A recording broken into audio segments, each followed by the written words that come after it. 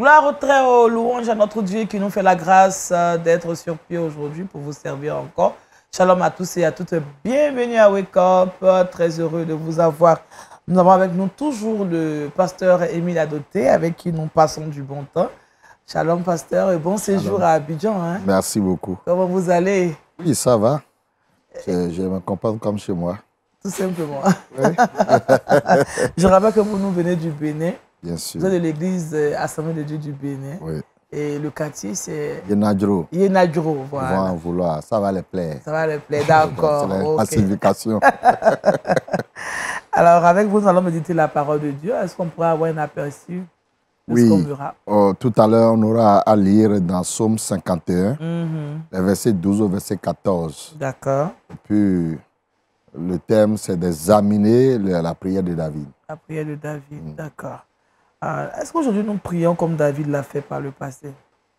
Oui. Est-ce qu'il y a des hommes qui prient comme ça? Oui, il y a des gens qui prient. Peut-être que la différence, c'est que il y a prière dans prière, vous savez. Ok.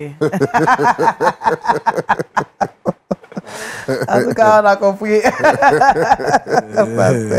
Il y a prière dans prière, c'est ça. Merci, pasteur Adoté. Alors, comment ça va, Josué? Ça va très bien. Ça va bien, la journée, ça se passe bien? La matinale, Dieu fait grâce. Dieu merci. Avec Josué, on aura Culture Actu et le saviez-vous? Culture Actu, on va parler sport. Et dans le saviez-vous, on ira du côté du Canada pour parler d'un rassemblement de pasteurs en opposition à une thérapie de conversion. D'accord, merci Josué. Shalom Kouda. Shalom Daniel. Comment ça va? Ça va bien, ce matin on voit la vie en rose. C'est ça, oui, tu es vêtu de rose. Hein? Alors Kouda, on aura des astuces aussi avec toi. Oui, on verra 3 astuces pour éliminer les pellicules de nos têtes, de nos cheveux. De nos cheveux, parce que parfois c'est désagréable. C'est désagréable. Ça démange, ça nous met mal à l'aise. Franchement, tu es bien habillé, tu sens bon, bien maquillé, mais tu as pellicule. Tu n'es pas bien dans ta peau? Ça c'est compliqué. Moi, donc tu as dit quoi? Donc on a les pellicules. Rien dit. Dans tous les cas, tu nous donnes des astuces. 3 astuces naturelles. Pour être à l'aise dans notre peau. D'accord. Voilà. Merci Kouda. Le pasteur, le docteur, n'est pas pasteur. Il envoie. C'est si lui. Franchement. Non, c'est vrai, c'est envoie. Ah, donc moi c'est prophétesse, si vous avez dit. Donc pour le moment, il est docteur. Oh, ouais. Docteur est chantre, hein? Docteur est chantre, voilà. Docteur est chantre au Roupoujak, oui. Nutritionniste et diététicien. Comment vous allez? Ben, ça va, Dieu fait grâce, voilà, ça va. Il y a quelqu'un qui me disait, mais le docteur, toujours, il est frais. Quel est son secret? Il dit, mais il mange bien. Oui, ben, l'alimentation, c'est sacré pour moi. Et je crois que il y a l'onction et la grâce de Dieu qui accompagnent. Est-ce qu'il mange bien foutou? Ça, c'est une bonne question. Oui, je mange du foutou, mais d'une manière diététique, quoi. Vraiment. C'est la première fois moi j'entends foutou diététique. En tout cas, bon, prochainement, on saura de quoi il va s'agir par rapport au foutou diététique. Alors, docteur, aujourd'hui, qu'est-ce qu'on aura à apprendre avec vous aujourd'hui? Alors, aujourd'hui, nous allons parler de ce qu'on appelle l'obésité androïde. C'est quoi l'obésité androïde? Et comment arriver, donner quelques astuces pour aider les personnes qui ont de l'obésité androïde à mieux peut-être, en fait, quelques pistes de solutions. Parce que, bon, il y a 3 différentes formes d'obésité, hein. Mais aujourd'hui, nous allons d'abord nous intéresser à l'obésité androïde. L'obésité androïde, bon, déjà, est-ce qu'on peut avoir un aperçu? C'est lorsqu'il y a une graisse prédominante au niveau abdominal. D'accord. Voilà, on appelle ça une obésité qui est androïde. Androïde, donc ça n'a rien à voir avec le téléphone. Hein. Non, ça n'a rien à voir avec le téléphone. C'est ce que j'ai pensé aussi. Ah oui, heureusement que je sors de la posée du pasteur. Ok, donc c'est une affaire abdominale, voilà, ça n'a rien à voir avec le téléphone. D'accord. Qu'est-ce que l'obésité androïde? Ce sera tout à l'heure pour la bonne santé. Voilà, c'est la joie par ici, vous savez, la Bible nous le recommande d'être toujours en joie parce que c'est aussi ça notre mission. Communiquer la joie, vous apporter un peu de chaleur, ça vous fera du bien jusqu'à la fin de cette émission, j'en suis sûr, vous serez vraiment très heureux, vous allez passer une excellente journée en notre compagnie. Sans plus attendre, nous allons démarrer notre émission par la parole de Dieu. Prenons nos Bibles et de quoi noter, on y va pour méditons ensemble.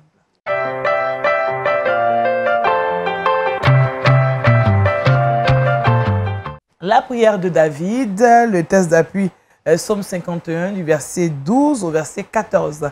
Pasteur Adoté, vous avez la place. Merci beaucoup.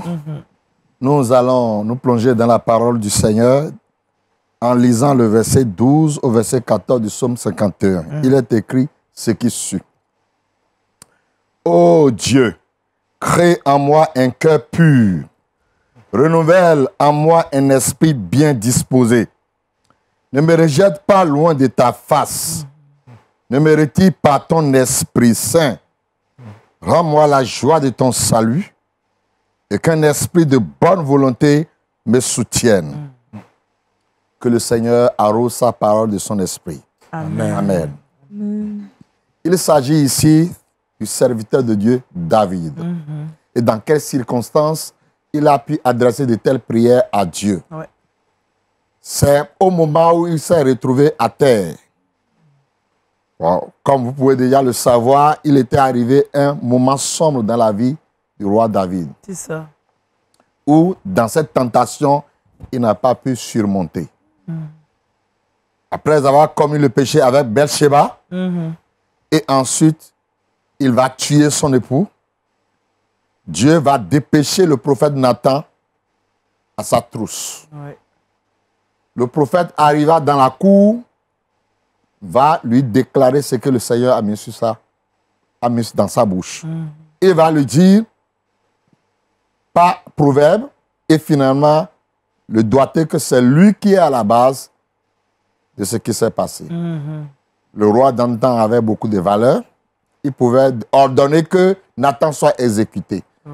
Mais la parole de Dieu a bouleversé le cœur de cet homme. Il tomba de son siège royal, il se retrouva à terre. L'esprit d'humilité relève toujours, quelles qu'en soient les faiblesses. Ouais. Quand vous êtes contrit du cœur et que vous vous humiliez devant Dieu, Dieu vient, il vous donne un coup de main, il vous relève. La parole de Dieu déclare que Dieu résiste aux orgueilleux, mais il fait grâce aux humbles. Amen. Ce n'est pas du fait qu'on est tombé qu'on est déjà perdu. La tentation en elle-même n'est pas un péché. C'est ça. La tentation est un moyen d'évaluation à tous les croyants. Quand la tentation vient, Ouais. ce n'est pas déjà un péché. C'est quand vous arrivez à résister à la tentation, on vous donne une note de très bien, excellent, Amen. que vous avez surmonté. Et il y a eu des moments également, on succombe. Ouais. On va vous dire, bon, on va lui redoubler la classe. David devait redoubler de classe parce qu'il était tombé. C'est ça. Mais une chose de se retrouver à terre et de reconnaître sa faute, C'est ça. et toute une autre chose de se reconnaître à la terre et de faire croire à tout le monde qu'on est debout.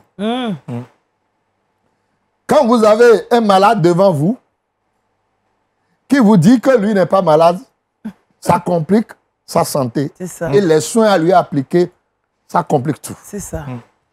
Oui. J'avais eu l'occasion un jour de prier pour un malade, on me l'a conduit, et lorsque je devais commencer par prier pour lui, il se met à dire que lui n'est pas malade. Non? Il n'a pas quelque chose qui le dérange. Voilà. Prier pour de telles personnes devient difficile.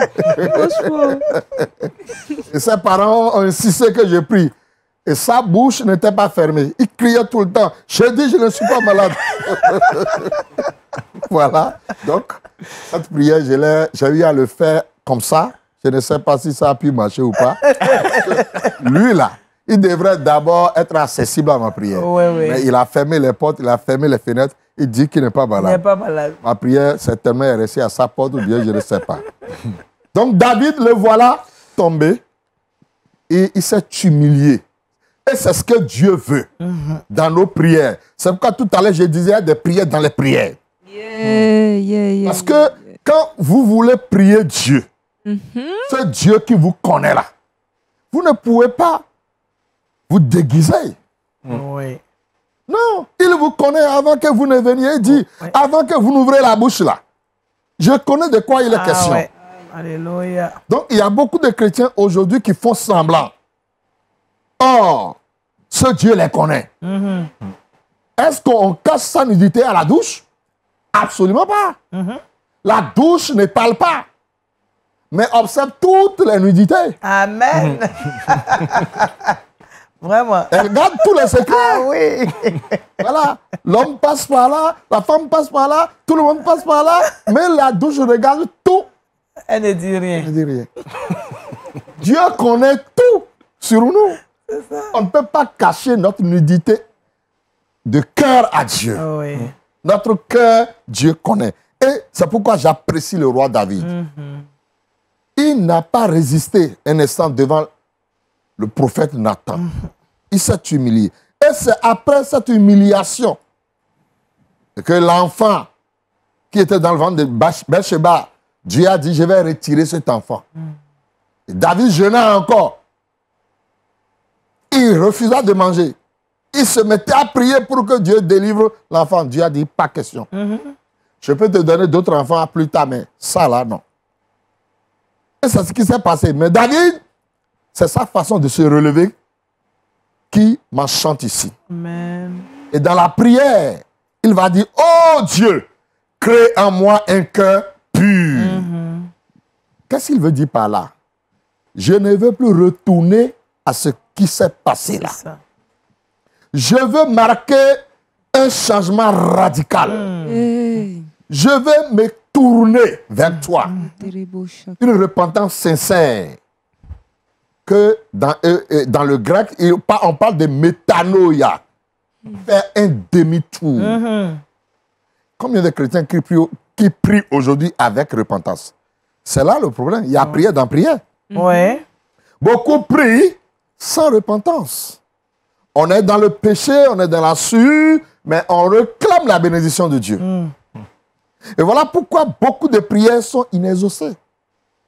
Dieu n'écoute pas la prière des pécheurs. La Bible nous dit que 2 personnes sont montées au temple pour prier. Un pharisien publicain.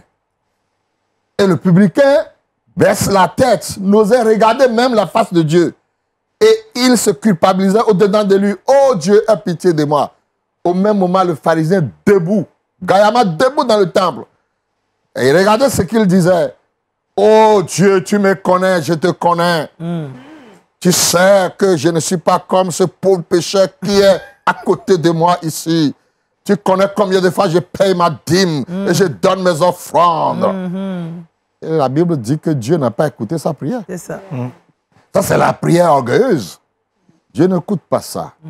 Et l'autre qui avait le cœur contrit, Dieu l'a écouté.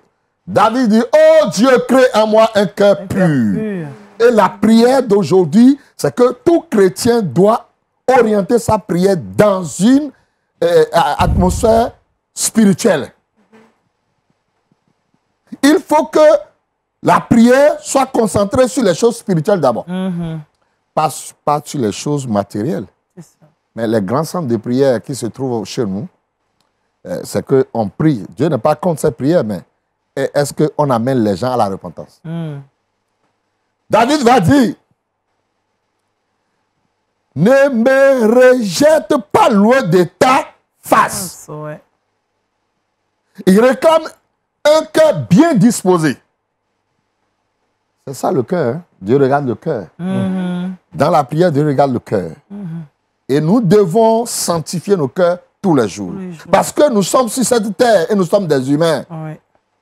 Et puis le péché s'attache à nous rapidement. Oui. Et le péché, ce n'est pas l'acte que nous commettons seulement qu'on appelle péché. Péché, c'est aussi la pensée. Oui. Et personne ne lit la pensée. Mais Dieu lit la pensée. Et c'est à partir de la pensée qu'on arrive à la pratique. Donc il faut que la pensée soit touchée et que la pensée soit convertie. C'est pourquoi David dit ici, un cœur bien disposé. Posé. Et après il dit, ne me retire pas ton Esprit Saint. Combien de personnes sont préoccupées par la présence de Dieu dans leur vie aujourd'hui? Est-ce que nous sommes vraiment posé la question de savoir, est-ce que la présence de Dieu est en moi? Est-ce que je sens Dieu me parler? Est-ce que je le sens aussi proche de moi? Mais aujourd'hui, on prie. Et on ne sait même pas quel Dieu on prie. C'est ça. Certaines personnes prient en étant absents. Ils formulent seulement les phrases. Ils ne sont pas là. Et aujourd'hui, notre génération ne sait même pas si Dieu parle à l'homme ou pas. Oui. Comment entendre la voix de Dieu? Comment le Saint-Esprit vous parle? Comment il peut vous convaincre du péché et du jugement?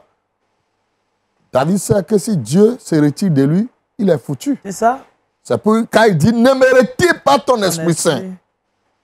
Et il dit, rends-moi la joie de ton salut. Il avait perdu. Il avait perdu cette joie. Rien ne peut remplacer la joie dans la vie de l'homme. Supposons que la joie est retirée du monde pour 2 minutes. On allait vivre quel monde? Regardez comment les gens sont stressés aujourd'hui. Vous les voyez dans la voiture, sur les motos, personne ne veut vraiment s'arrêter, se patienter, laisser l'autre passer d'abord. Tout le monde est pressé. Quand même le feu tricolore s'allume, on est sur le truc. On ne veut pas que le feu s'allume. D'autres même brûlent le feu chez nous au Bénin. Ils ne s'arrêtent pas. Ici aussi. Et tout le monde est tendu. Les nerfs sont tendus. Parce que la joie fait défaut. Les problèmes ont pris la place de la joie dans nos cœurs.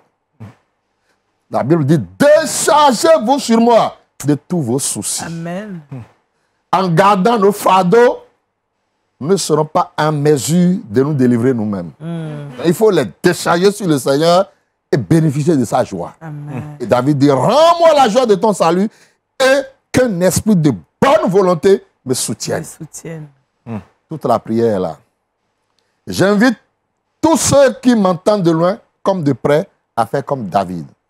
Que l'esprit de bonne volonté nous soutienne. Prière de David, nous en avons tous besoin pour pouvoir avancer sur le chemin de la foi. Amen. Que le Seigneur nous bénisse. Amen. Merci, Amen. pasteur. Wow. La prière de David, Psaume 51, du verset 12 au verset 14, c'est la portion que nous avons justement étudiée aujourd'hui. Alors, pasteur David qui est en train de formuler une prière, vraiment en toute humilité, il s'approche du Seigneur.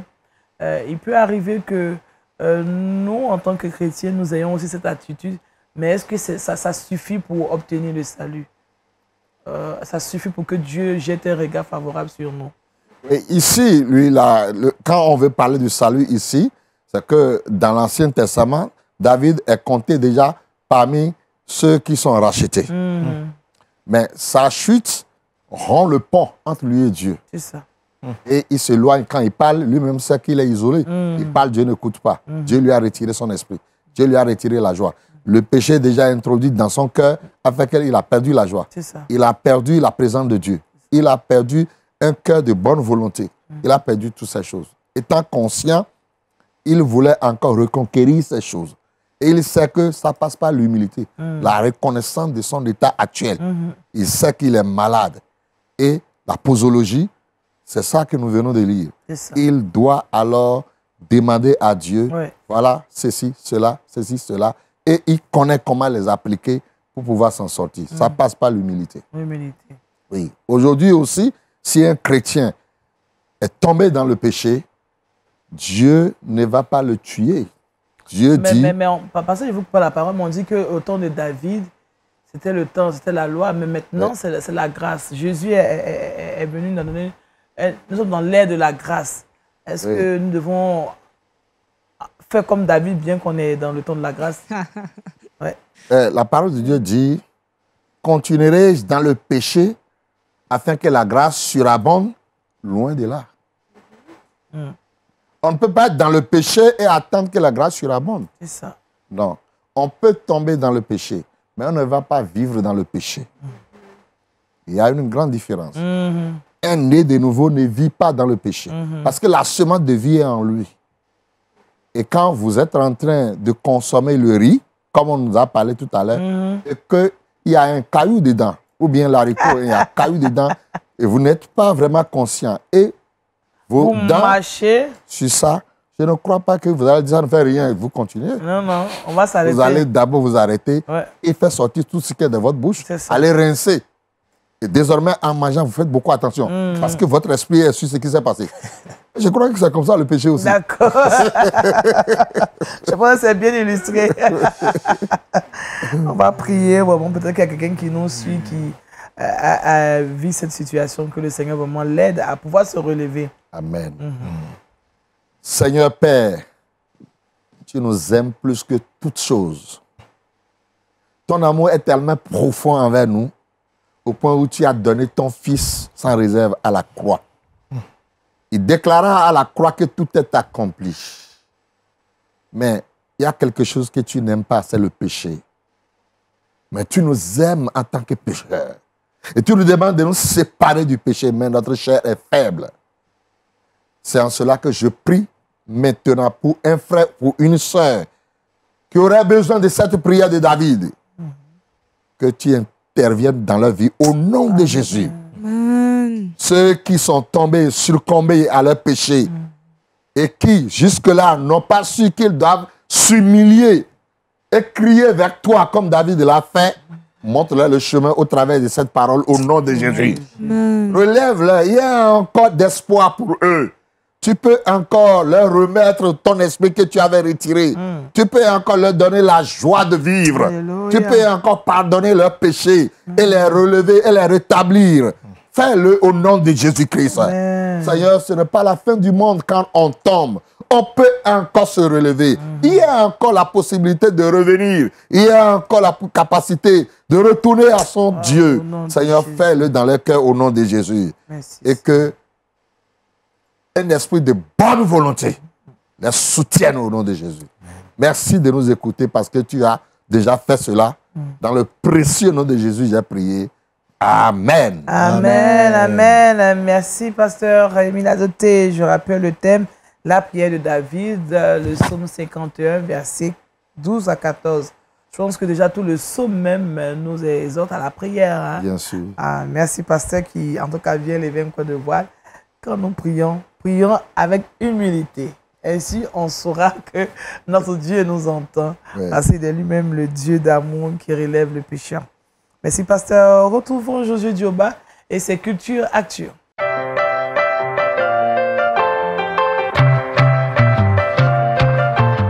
Avec Josué, on va parler de sport. C'est bien cela, Daniel. On va parler sport. On sait tous qu'aujourd'hui, dans le milieu cinématographique, dans le milieu sportif, les gens se disent c'est des milieux qui sont assignés aux païens, c'est des milieux qui sont assignés aux gens qui ne connaissent pas le Seigneur. Mais aujourd'hui, on va parler d'un ex-footballeur qui était vraiment ancré dans les choses de Dieu. Il s'agit de Ricardo Rogério de Brito. C'est un ex-footballeur brésilien né le 22 novembre 1961 à Lavras. Il a joué en tant que milieu défensif dans son équipe et dans son club. Il a été aussi champion d'Italie et a remporté une coupe UEFA. Mais ce n'est pas sa biographie qui nous intéresse, c'est sa vie chrétienne. Donc, on va parler de sa conversion. Alors, après sa sélection dans l'équipe brésilienne, il a vécu dans une vie d'opulence où il avait assez de moyens, il pouvait tout s'offrir, mais il n'était pas heureux. Il n'était pas heureux et suite à cela, le Saint-Esprit va le conduire dans Matthieu, chapitre 16, verset 26, qui dit « À quoi bon c'est de gagner le monde si on perd son âme ?» Partant donc de ce verset, il affirme ceci: « Je me suis agenouillé sur place et j'ai demandé à Jésus d'entrer dans mon cœur pour pardonner mes péchés et changer ma vie. » Les gens me regardaient, les gens ont commencé à le regarder, ils ont dit « Mais qu'est-ce qui se passe ?» Puisqu'ils étaient sur le terrain et il s'est agenouillé, il a commencé à bénir Dieu. Les gens ont vu « Mais ce grand footballeur-là, comment il peut se mettre à genoux de cette manière ?» Mais pour dire que quand Christ rentre dans notre vie, automatiquement, il y a un changement radical. Et il dit, quand j'ai fini de prier, j'étais une personne changée. J'ai ressenti une joie immense dans mon cœur. Personne ne pouvait comprendre pourquoi je riais. Comme pour dire, sans lui, il n'y a pas de vie, sans lui, il n'y a pas de joie. Amen. Sa citation est, je veux être en présence de Jésus pour toujours. Amen. Ça rejoint un peu, pasteur, la prière de David. Bien sûr. Oh Dieu, crée en moi un cœur pur, renouvelle en moi un esprit bien disposé. Ne me retire pas ton esprit, parce que dans le psaume 23, je crois, il dit, je vais vivre dans la maison de l'Éternel jusqu'à la fin de mes jours. C'est être en présence. Quand vous entendez ce genre de témoignage, qu'est-ce que, en tant que serviteur de Dieu, oui, ça nous donne de baume au cœur. Cela montre que Jésus fait du travail dans la vie des gens au travers du monde entier. Amen. Et nous sommes persuadés qu'il y a des surprises agréables qui nous attendent au ciel. Amen. Nous allons rencontrer des gens que nous n'avons jamais vus. Le Seigneur dira que c'est grâce à ta prière qu'il est arrivé là. Ah oui, c'est vrai. Ouais, c'est vrai. Ah oui, parce que c'est vrai, parce qu'on intercède pour le monde entier, pour telle personne. Je Oui. coupe pas la parole pour dire que c'est. On voit même dans la parole de Dieu où Christ disait comme ça qu'on verra des gens, même des prostituées, tout ça, qui rentreront dans le royaume des cieux. On sera surpris de voir, on se dira, mais non, ces personnes, on pensait que c'était des païens. Mais tu ne sais pas, peut-être que ta prière l'a conduit au Seigneur. Au ciel, oui. Donc, il y aura vraiment de grandes surprises au dernier jugement. Oh, Seigneur, crée en moi que pu. Amen. Pour que je vois ces choses. Merci Josué, vraiment qui nous enseigne aussi au travers de ces informations.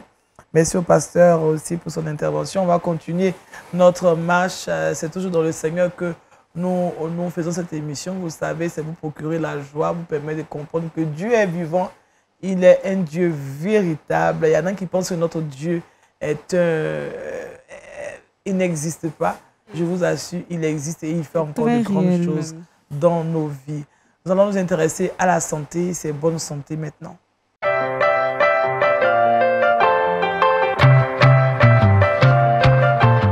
Avec le docteur Orupou Jacques, nous parlons de l'obésité. Nous parlons de l'obésité androïde. Oui. Wow. Ah, le passé est content. Eh oui. Alors, expliquez-nous ce que ça veut dire. Qu'est-ce que c'est? Alors, d'abord, l'obésité, c'est l'accumulation plus ou moins généralisée de graisse au niveau de tissus, en fait, des tissus graisseux au niveau de l'organisme. D'accord. Maintenant, les graisses sont réparties soit au niveau abdominal, soit au niveau de la hanche, des cuisses, ou bien tout le corps. Donc, c'est ce qui permet en fait, d'avoir 3 différents types d'obésité. D'accord. Il y a l'obésité qui est androïde, c'est une graisse qui prédomine au niveau abdominal. Il y a l'obésité qui est gynoïde ou bien fémorale. C'est beaucoup plus de l'obésité, on appelle ça obésité qui est comme la forme de poire. Ça, c'est beaucoup plus chez les femmes. Voilà. Maintenant, également, l'obésité mixte. Ça, c'est de la tête aux pieds. Il y a beaucoup de graisse de la tête aux pieds. Voilà. Mais aujourd'hui, nous allons nous intéresser à l'obésité androïde ou bien abdominale. Alors, avant de parler de l'obésité androïde, à quel moment on parle d'obésité? Alors, une personne est obèse lorsque son indice de masse corporelle est supérieur à 30. Ça veut dire quoi? Je prends le poids de la personne divisé par sa taille au carré. Et si c'est supérieur à 30, on classe cette personne déjà obèse. Même si c'est 32. Non, c'est-à-dire que si c'est maintenant 35, au-delà, on appelle ça une obésité qui est massive ou morbide. Ça veut dire que cette personne-là a beaucoup de graisse et ça ouvre des portes. Parce que l'obésité, c'est l'axe lourd des problèmes cardiovasculaires et métaboliques. Wow.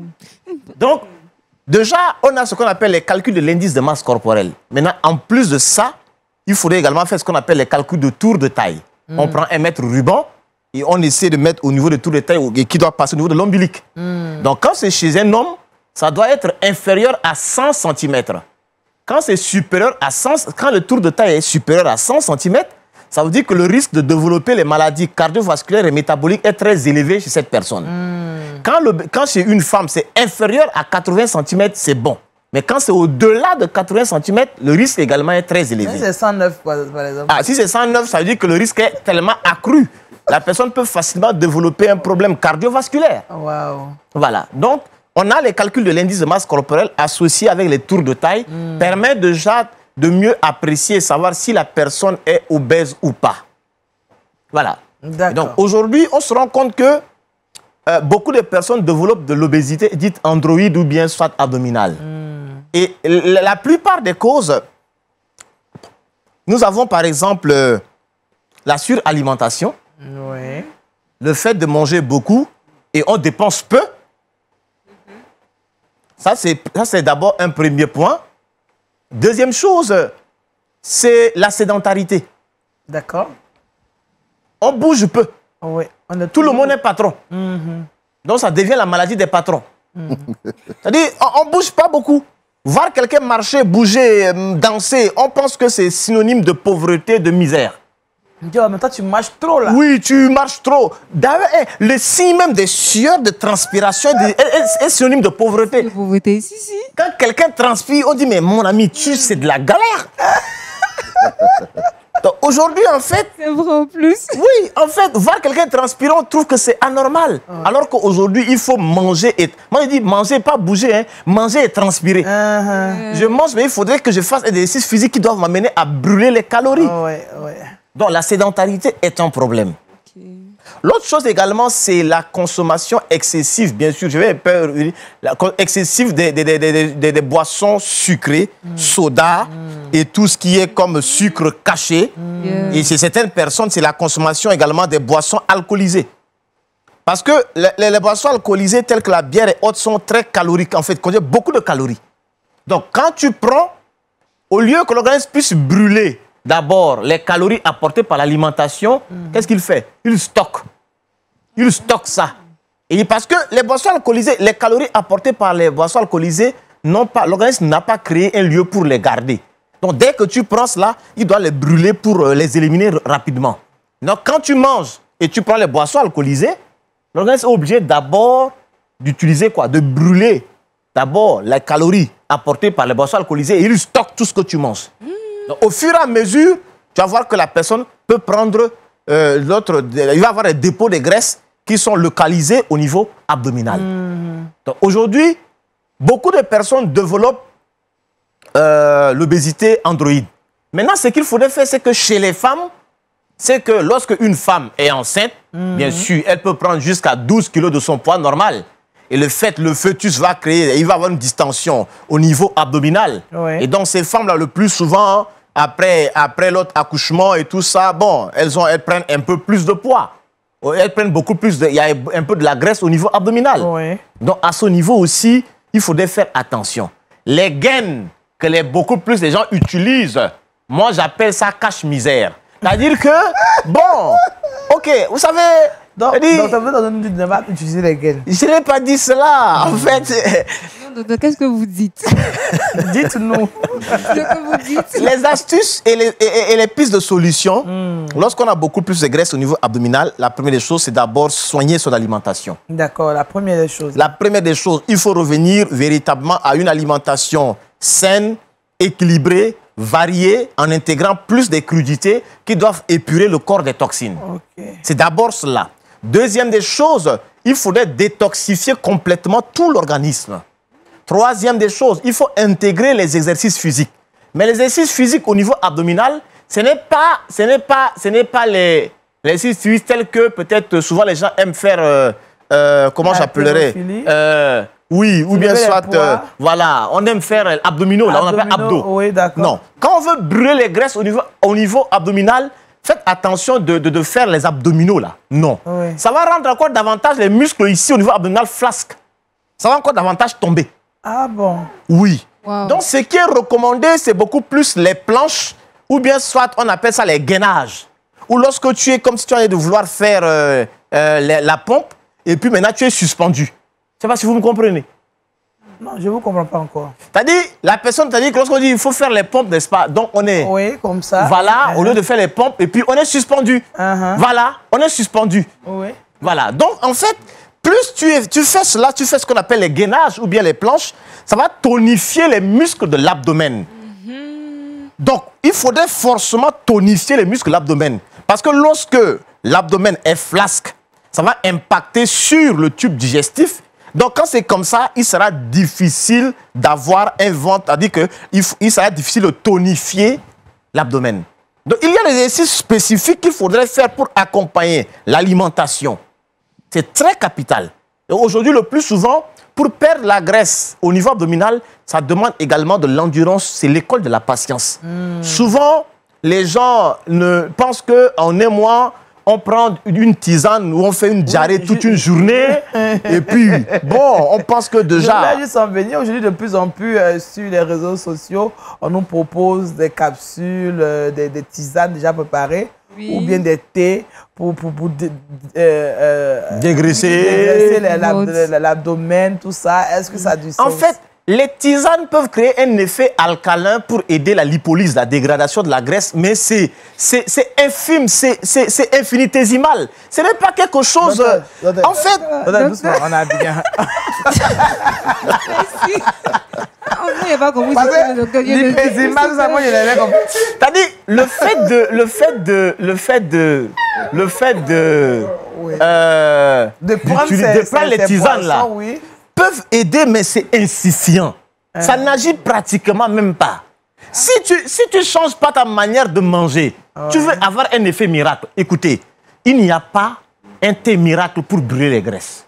Ça n'existe pas. Non, il faut toujours accompagner l'alimentation, le sport, ton style de vie. Est-ce que tu es quelqu'un qui est tellement... Si tu es tellement anxieux, tu es tellement stressé, si tu ne dors pas assez, ça perturbe également les hormones. Et ça peut entretenir, en fait, les graisses. Donc, c'est tout un programme qu'on essaie d'asseoir pour accompagner les personnes à perdre des graisses. Aujourd'hui, les gens se font comme des... dit que même le mental aussi peut... Mais bien sûr, mais c'est à cause de cela que nous avons fait, par exemple, la diététique psycho-comportementale, la psychologie appliquée à la diététique. Aujourd'hui, pour perdre de poids, les gens pensent que c'est un effet miracle, il faut faire ça, il faut faire ça. C'est tellement complexe. Et vraiment, je pense qu'il faudrait accompagner ces personnes-là. Eux-mêmes, ils doivent être acteurs de ce changement. D'accord. Il ne faudrait pas que tu te fasses comme si c'est toi qui es l'expert et lui doit simplement subir. Quand c'est comme ça, ça ne marche pas. Et beaucoup de personnes essaient 1 mois, 2 mois, ils ne voient pas de changement et puis il est découragé. Parce qu'il n'est pas acteur vraiment de sa santé, de ce changement-là. Donc, franchement, moi, je pense qu'aujourd'hui, beaucoup de gens développent cela et... la graisse, surtout, vous voyez, lorsque la graisse est beaucoup plus viscérale, à l'intérieur même de l'intestin, ça étouffe l'intestin et à la longue, ça peut même encore perturber la digestibilité de ce qu'on mange. D'accord. Donc, il y a un accompagnement, d'où l'intérêt parfois aussi de consulter un diététicien spécialisé dans le domaine. Parce qu'aujourd'hui, tout le monde se fait appeler coach nutrition. Oui, ah non, non. Alors, docteur, il y a aussi cette... attitude qu'on propose aussi à certaines personnes de boire régulièrement de l'eau tiède ou de l'eau chaude. Est-ce que ça contribue à faire fondre véritablement les graisses? Souvent, les gens pensent que le fait de boire de l'eau chaude va brûler les graisses parce que l'eau là, c'est chaud. Ah non, hein? Ah non. Non. En fait, je voudrais que les gens comprennent ça. En fait, vous pensez que l'eau chaude va venir diluer les graisses? Non, c'est pas possible. C'est-à-dire, au fait... Elle est cimente. Oui, c'est ça même, ça les cimente, même c'est ça le terme en fait. L'eau, on a besoin de boire de l'eau à température ambiante. D'accord. Voilà, on n'a pas besoin forcément de prendre de l'eau chaude forcément. Même de l'eau glacée aussi. Non, de l'eau glacée, ben, imaginez que vous avez mangé sauce arachide. D'accord. Et puis vous prenez de l'eau glacée. Mais ça va venir encore, en fait, alourdir la digestibilité. Oui. Donc, c'est pourquoi il faudrait boire de l'eau qui doit être plus proche de la température du corps. Notre corps a une température de 37 degrés. On doit boire de l'eau qui est peut-être autour de 25 à 30 degrés. C'est plus proche du corps. Mais quand tu bois de l'eau qui a une température de 4 degrés Celsius, ça crée un déséquilibre thermique. Le plus souvent, parfois, on a mal à la tête. Oui, quand vous voyez un peu Voilà, donc, moi je pense que le plus souvent, c'est important, lorsqu'on doit perdre de poids, c'est important d'avoir des cures d'hydratation. Il faudrait aussi boire de l'eau, c'est capital. Mais c'est tout un programme qu'on essaie d'asseoir pour accompagner la personne. Nous ne sommes pas, les diététiciens ne sont pas des faiseurs de miracles. Nous ne sommes pas des amessigrologues. Notre rôle, ce n'est pas de faire maigrir les gens. Non. Non, oh là, ici, c'est bien. J'ai entendu ce mot. À chaque fois, on découvre des nouveaux mots avec le docteur. Ah ouais, le docteur, vraiment. On découvre de nouveaux mots. Et ça contribue aussi à notre épanouissement. Oui, en fait, aujourd'hui, les gens pensent que non, en tant que diététicien, je dois maigrir. Notre rôle, c'est d'amener l'être humain à être en harmonie avec son alimentation. D'accord. Voilà, c'est important cela. Ce n'est pas maigrir qui est important. Non, ce n'est pas maigrir qui est important. Ouais. Je peux avoir un poids, mais prendre conscience de cela et faire un effort d'être épanoui dans ma santé. C'est ça notre rôle. Mais le plus souvent, les gens sont complexés parce que j'ai beaucoup plus de poids et puis souvent, ils refusent de manger. Ça, c'est une privation, c'est une grève de la faim. Ah, vraiment, on gêne forcé. Docteur, est-ce qu'avec ma forme, on peut demain aussi parler d'obésité? Est-ce que je peux être... Ah, là, il parle de lui. Hein. Voilà, je parle de moi en l'occurrence. Il y a ce qu'on appelle la sous-nutrition et la surnutrition.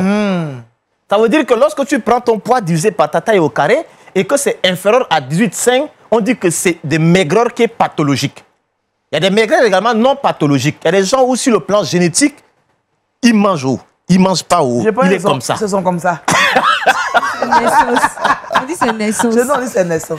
Voilà, donc, en fait, il faudrait d'abord voir un peu l'état nutritionnel de la personne et puis la base génétique pour essayer de voir. Sinon, quel que soit ce qu'il va manger, il ne va pas prendre de poids. D'accord. Mais sinon, il y a des personnes où, s'il travaille beaucoup et que tu lui donnes un temps, il se repose, il mange, il va reprendre de poids. D'accord. Parce que souvent, le travail également nous épuise tellement que on n'a pas le temps de se reposer et manger comme il se doit.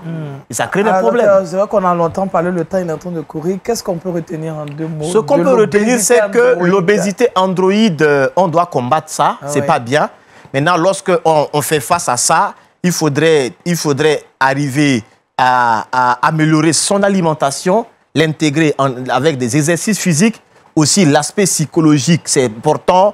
Avoir un temps de repos, un sommeil réparateur, c'est important. Oui. Il faudrait également aussi l'aspect qui est également d'être accompagné quelquefois, pourquoi pas par un diététicien, c'est aussi capital.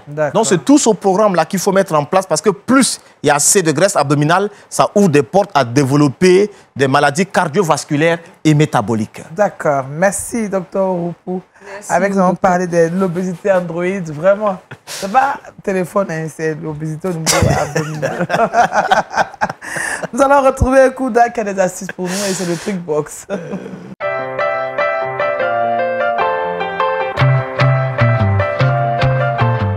Avec Kouda, nous aurons 3 astuces pour éliminer les pellicules, voilà, de nos Effectivement, cheveux. Voilà. éliminer les pellicules.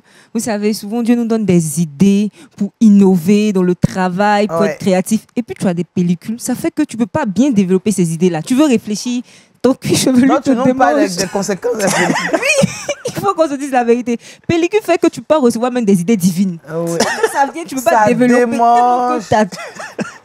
Aujourd'hui, là, on va combattre cela au nom de Jésus et avec ces 3 astuces Amen. que je vais partager. Première astuce, il faut utiliser le sel. Le sel fin ou le sel en gros grains. D'accord. Voilà, vous prenez 2 cuillerées de sel que vous versez dans un demi-verre d'eau. 2 cuillerées à soupe ou à café? À soupe. À soupe, d'accord.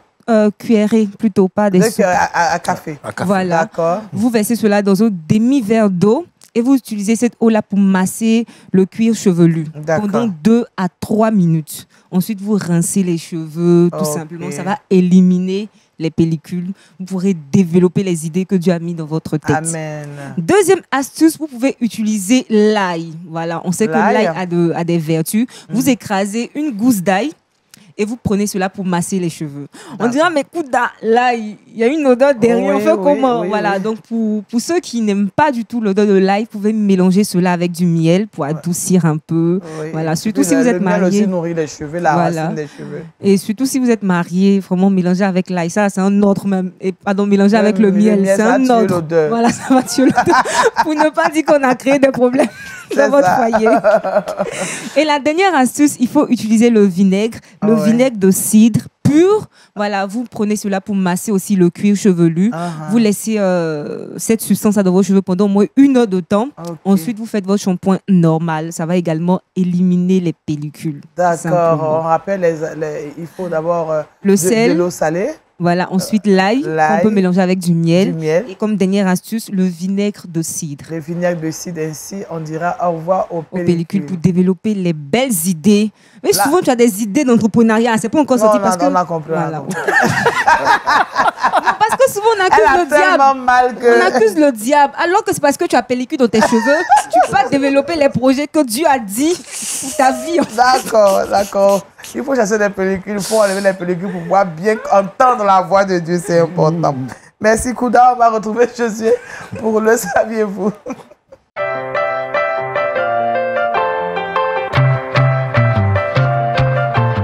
Alors, je suis avec ton père au Canada. Parce que à vrai dire, il faut reconnaître que j'ai souffert aussi de pellicule, hein, mais je pense qu'à partir de ces astuces-là, je serai délivré à partir de ce soir.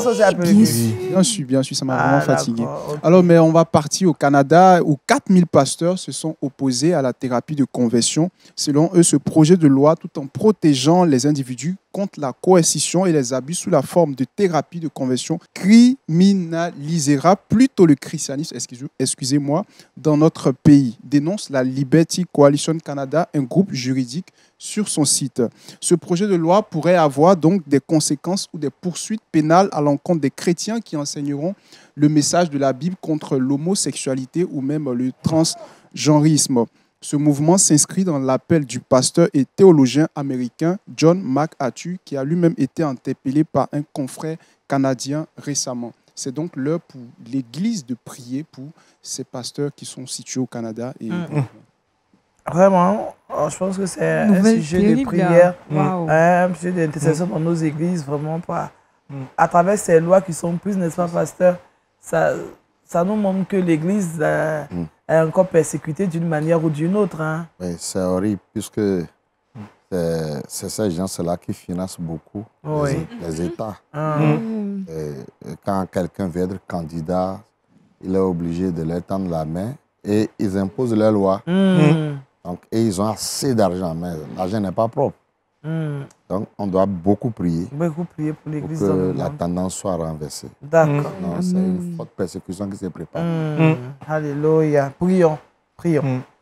Merci Josué, à moins que tu aies quelque chose d'autre à ajouter. Appel à l'intercession, demander à tout le monde de pouvoir prier pour ces pasteurs-là qui sont au Canada et partout dans le monde, qui subissent actuellement cette pression de loi qui va à l'encontre de la parole de Dieu. Merci Josué. Koudane, dans notre verset boussole avant de partir, parce que nous aurons à vaquer à nos occupations tout à l'heure. On ne peut pas partir sans le verset boussole qui se trouve dans le livre de Psaume 51, le verset 14. « Rends-moi la joie de ton salut et qu'un esprit de bonne volonté me soutienne. » Amen. Nous en avons besoin. Merci Seigneur. Merci au pasteur Émile Adoté qui nous a exhortés à prier même avec ce passage de Psaume 51, versets 12 à 14. Merci au docteur Roupou Jacques avec qui nous avons parlé de l'obésité androïde. Peut-être qu'une parlera de l'obésité appelle, bon, on ne sait jamais. Merci à Kouda pour les astuces afin d'éliminer les pellicules et puis à Josué pour toutes ces informations. On a eu beaucoup de plaisir à rester en votre compagnie. On espère que vous allez passer de très bons moments en regardant Lumière du Monde Télévision. Demain, vous serez avec Aniel Conan. Moi, je vous retrouve la semaine prochaine. Que Dieu vous bénisse. Et puis, gardons le cap. Que Dieu renouvelle en nous un cœur pur afin de faire sa volonté. Je vous garde. Au revoir.